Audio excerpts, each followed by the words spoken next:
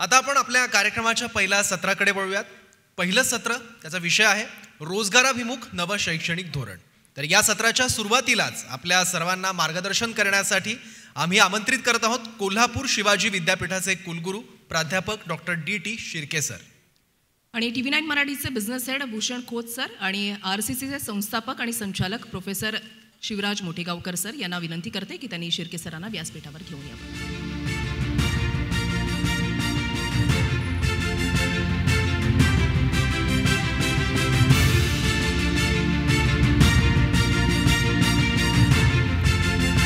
Khot sir आणि मोठेगावकर सरांना विनंती आहे की त्यांनी शिर्के सरांचं स्मृतिचिन्ह देऊन स्वागत करावं.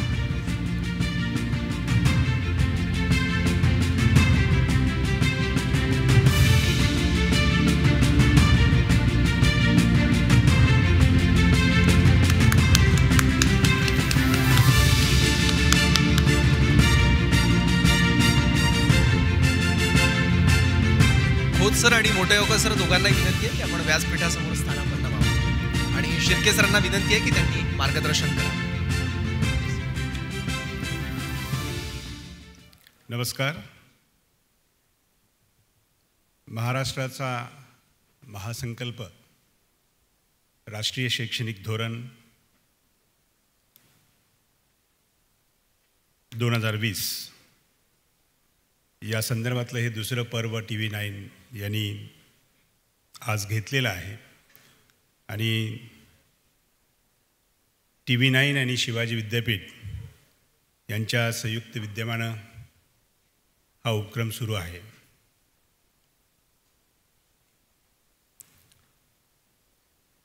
उच्च शिक्षणाच्या कोणताही विषय जर आपल्याला चर्चेला घ्यायचा असेल तर त्याची थोडीशी व्याप्तीसुद्धा आपल्याला विचारात घेतली पाहिजे.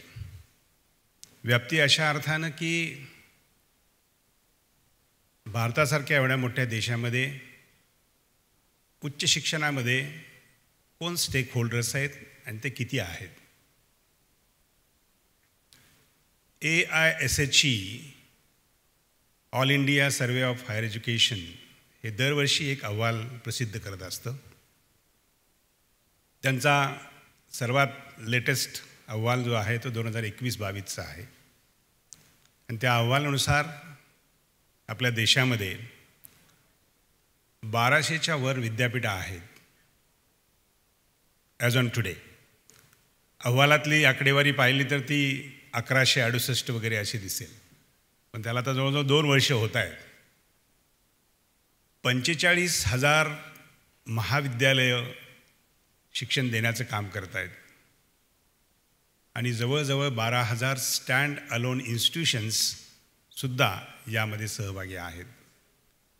आणि ह्या एवढ्या सगळ्या शिक्षण व्यवस्थेमध्ये साधारणतः 4,35,00,000पेक्षा जास्त विद्यार्थी शिक्षण घेत आहेत. तर आपला शिक्षणाचा आवाका हा एवढा व्यापक असा आहे. ही शिक्षण घेणारे विद्यार्थी जे आहेत वेगवेगळ्या महाविद्यालयामध्ये, विद्यापीठामध्ये, स्टँड अलोन इन्स्टिट्यूशनमध्ये, यामधील पदवी स्तरावरील विद्यार्थी संख्या जी आहे ती साधारणतः 80% आहे आणि पदव्युत्तरमध्ये राहिलेले 20%, त्याच्यामध्ये आणखी PhD वगैरे याचा समावेश होतो. असं असूनसुद्धा एक जी इंडेक्स बघितली जाते की उच्च शिक्षणामध्ये आपण कुठे आहोत देश पातळीवर,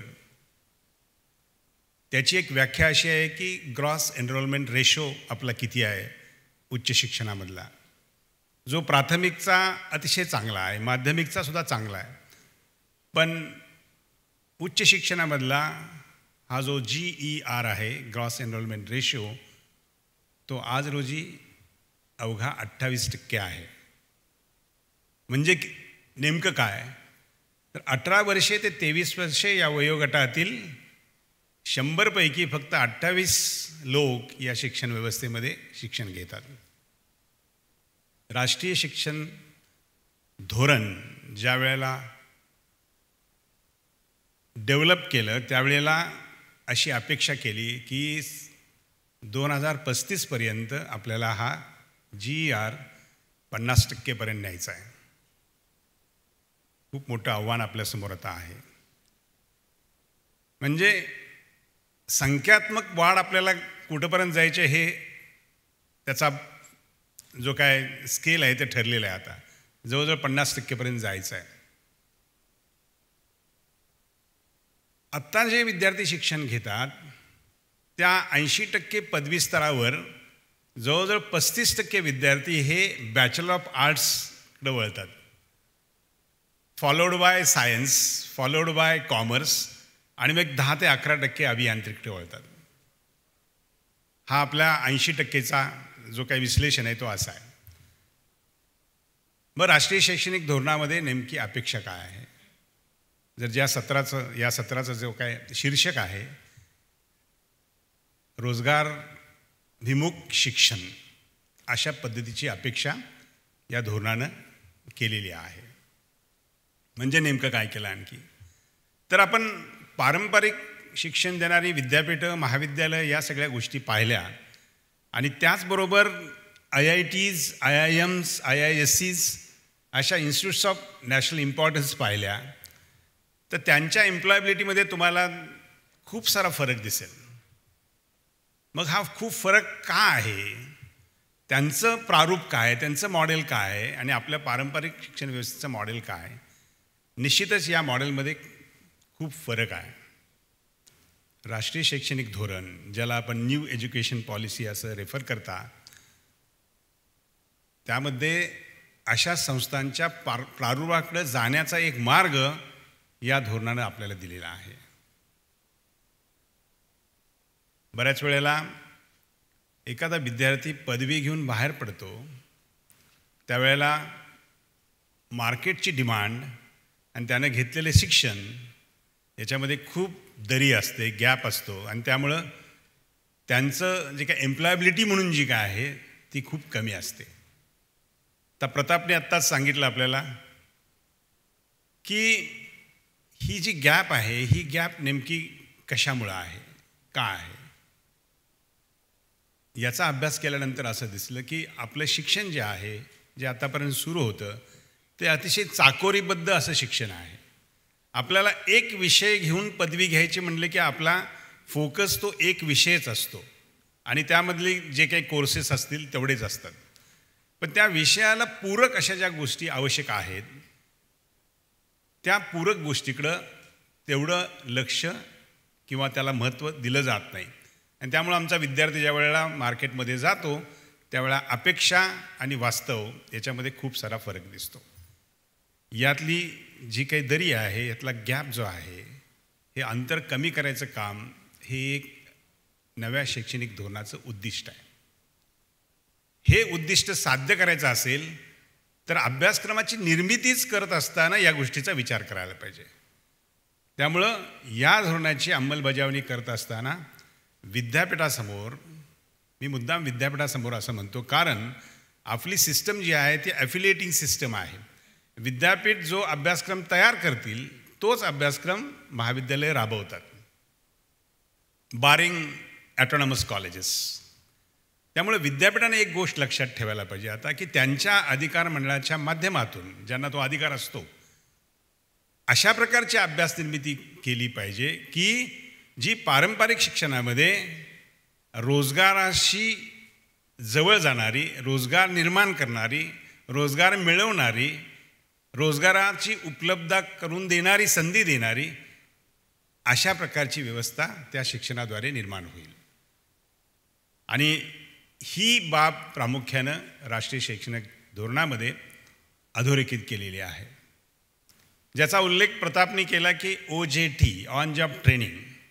आपल्या सर्वांना माहीत आहे, महाराष्ट्राचं उदाहरण घ्यायचं झालं यावर्षी देशभर राबवणूक चालली, पण महाराष्ट्राची परिस्थिती राबवण्याची कशी आहे तर आपण शैक्षणिक वर्ष 23-24मध्ये विद्यापीठ स्तरावर आणि स्वायत्त महाविद्यालयाच्या स्तरावर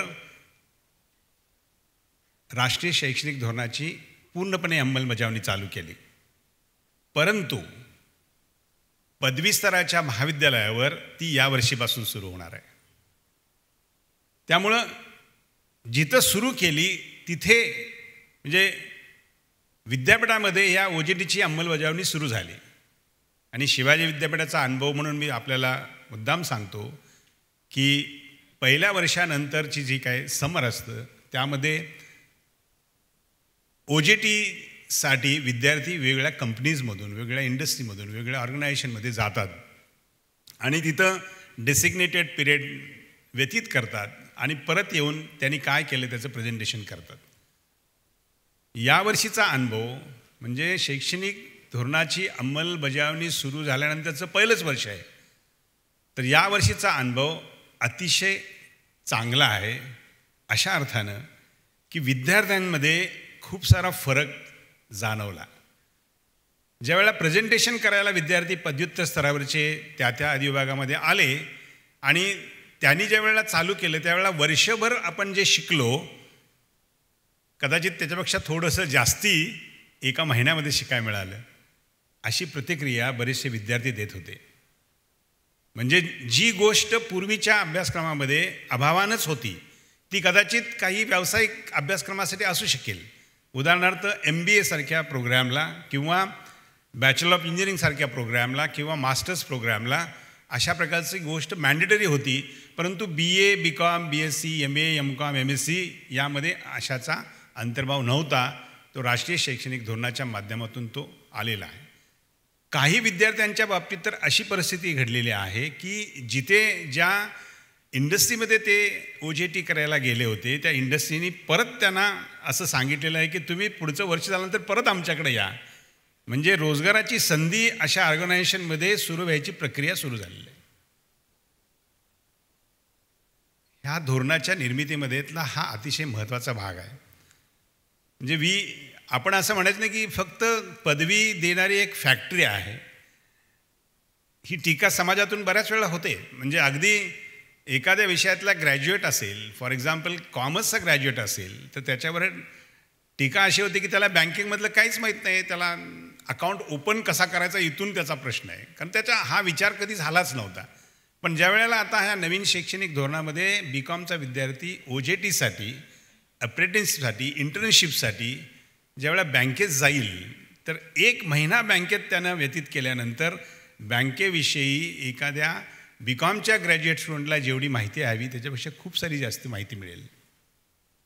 म्हणून जर हे उद्दिष्ट साध्य करायचं असेल तर 2 महत्त्वाच्या घटकांनी त्याच्याकडे जाणीवपूर्वक लक्ष द्यायला पाहिजे.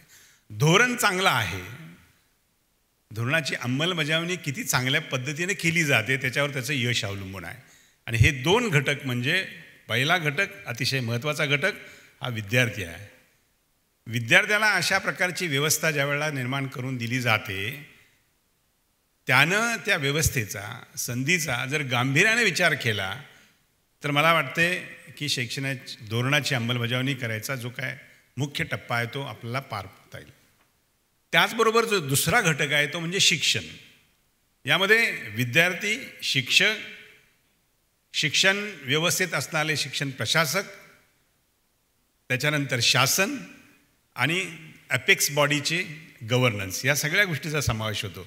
परंतु जो बेस आहे तिथून सुरू केली तर ते विद्यार्थी आणि शिक्षक. शिक्षकांनी सुद्धा OJTची जी काही ॲव्हेन्यूज आहेत, उपलब्ध आहेत त्यासाठी थोडंसं कष्ट पहिल्यांदा घेणं आवश्यक आहे. असं नको व्हायला की सोयीचं, जवळ असणारं, लवकर होणारं असंच एखादं ठिकाण निवडायचं आणि तिथंच दरवर्षी विद्यार्थी पाठवायचे. असं झालं तर त्यात नाविन्य राहणार नाही आहे. तर आज विद्यापीठामध्ये जे साधारणतः 2-1 हजार विद्यार्थी पदव्युत्तर 2000+ आहेत जे शिक्षण घेणारे विद्यार्थी आहेत त्यांनी जवळजवळ 100पेक्षा जास्त ऑर्गनायझेशनमध्ये OJTसारखे अनुभवासाठी त्यांनी यावर्षी त्यांना संधी मिळाली. तर हे जेवढं आपण गांभीर्याने घेऊ तेवढी रोजगार निर्माण करण्याची, रोजगार मिळण्याची जी काही शक्यता आहे ती वाढेल. त्यामुळं हे जर खरं आपल्याला खऱ्या अर्थानं मी मुद्दाम म्हणतो ही जी राबवणूक करायची असेल तर या 2 घटकांनी त्याच्यामध्ये गांभीर्य ठेवलं पाहिजे. जो तिसरा घटक आहे ज्याचा मी उल्लेख सुरुवातीला केला, अधिकार मंडळ. तर अधिकार मंडळाने हा जो गॅप आहे, हा गॅप जर भरून काढायचा असेल तर अभ्यासक्रमामध्ये कोणत्या कोर्सेसचा समावेश करायला पाहिजे हे लक्षात घेऊन अशा कोर्सेसची संधी विद्यार्थ्यांना उपलब्ध करून दिली पाहिजे. बऱ्याच वेळा काय होतं हे आपल्याला माहीत आहे, वास्तव पण माहीत आहे आपल्याला, की अभ्यासक्रमामध्ये बदल करायचा एक मोठं आव्हान असतं विद्यापीठासमोर. कारण त्याचं असं की हे बदल करणारी लोक असतात ते अधिकार मंडळाचे सन्माननीय सदस्य असतात आणि ते बऱ्याच वेळेला शिक्षक किंवा तज्ज्ञ असतात. तर त्यांना वाटेल तेवढा बदल तो होऊ शकतो, इतरांना अपेक्षित बदल होईल की नाही याची खात्री नसते. त्यामुळं हा तिसरा जबाबदार घटक आहे. त्या तिसऱ्या जबाबदार घटकाकडे एक मोठी जबाबदारी अशी आहे की तो जो गॅप आहे तो गॅप कमीत कमी राहील यासाठी अभ्यासक्रमाची निर्मिती करत असताना अशा प्रकारचे कोर्सेस तिथं उपलब्ध करून दिले पाहिजेत. आणि ते फक्त अभ्यासक्रमामध्ये उपलब्ध न ठेवता महाविद्यालयाने त्याची राबवणूक ज्या वेळेला चालवेल तर असे अभ्यासक्रम चालवले सुद्धा पाहिजेत. जर या सगळ्या गोष्टी जर एकत्र करून आल्या, जुळून आल्या, तर मला नाही वाटत की जी आता एम्प्लॉयबिलिटी म्हणून एक आपल्यापुढं एक मोठं प्रश्नचिन्ह आहे ते भविष्यात आपल्याला भेडसावेल. आपल्याला माहीत आहे, ज्याचा उल्लेख प्रतापने केला, की शिक्षण घेत असताना रोजगार म्हणजे अर्न अँड लर्न किंवा वर्क ऑन डिमांड अशा प्रकारच्या बऱ्याच कल्पना आता येऊ घातलेल्या आहेत. शिवाजी विद्यापीठामध्ये खूप वर्षापासून ही कल्पना राबवली जाते. आपल्याकडं अर्न अँड लर्न म्हणतात, पण पाश्चात्य देशामध्ये अशा प्रकारच्या योजनेला असिस्टंटशिप वगैरे वगैरे अशी छान छान नावं दिलेली असतात. त्यामुळं तिथं काय वाटत नाही ते करायला. पण आमच्याकडं जरा थोडंसं अर्न अँड लर्नमध्ये आम्हाला एक टिपिकल काम दिलं तर त्याला कष्ट लागत असेल तर जरा रिलक्टन्स असतो. त्यामुळे परत तिथेसुद्धा आमच्या विद्यार्थ्यांची चॉईस ही व्हाईट कॉलर जॉब मिळतो का आपल्याला, म्हणजे मला अकाउंट सेक्शनला काम करायला आवडेल, मला लायब्ररीमध्ये काम करायला आवडेल, मला इंटरनल सेक्शनमध्ये काम, अशा प्रकारची डिमांड विद्यार्थ्यांच्याकडनं येते. परंतु मला गार्डनमध्ये जरा मला एवढा रस नाही आहे, कारण तिथं ते खुरपं घ्यावं लागतं. पण त्यामध्ये सुद्धा किती लर्निंग होतं त्याची कल्पना त्यांना नसल्यामुळं या गोष्टीकडे ते दुर्लक्ष करतात. तर ही अर्न अँड लर्नसुद्धा थोडीशी वेगळ्या स्वरूपामध्ये आपल्याला आणता आणली तर मला वाटते बरीच ती गोष्टसुद्धा आपल्याला सोपी पडेल आणि विद्यार्थ्यांना परत कौशल्य ॲक्वायर करायला या गोष्टींची निश्चितच मदत होईल. तर अशा बऱ्याच गोष्टी आहेत, पण मला वाटतं एक 15 मिनटं दिलेली आहेत आणि मी या 15 मिनटामध्ये फक्त त्या गोष्टीला स्पर्श केलेला आहे.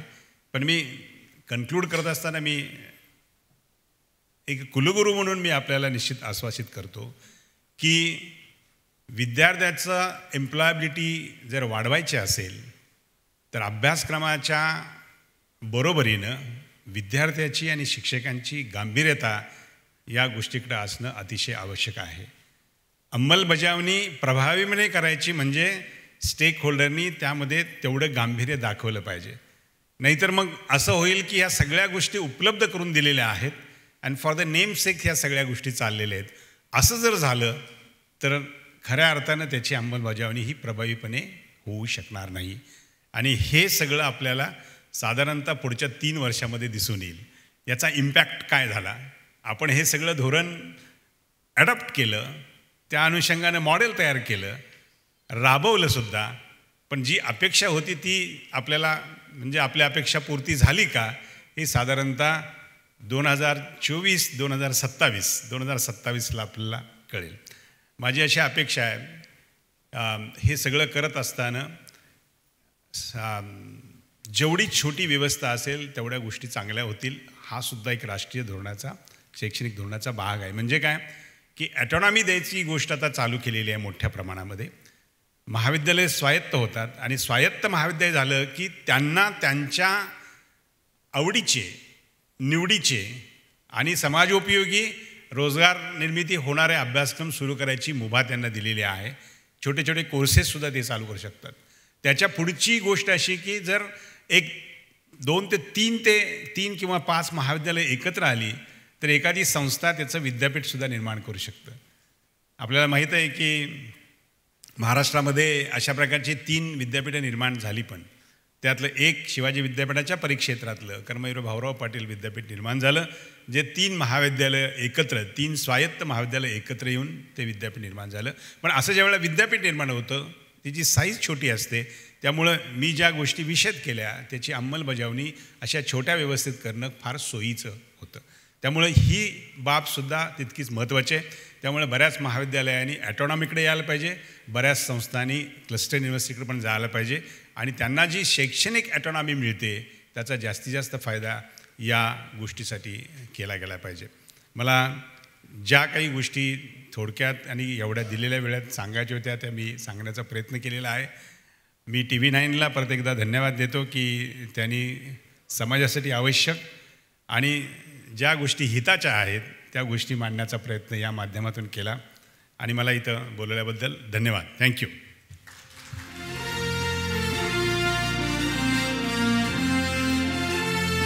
धन्यवाद शिर्के सर.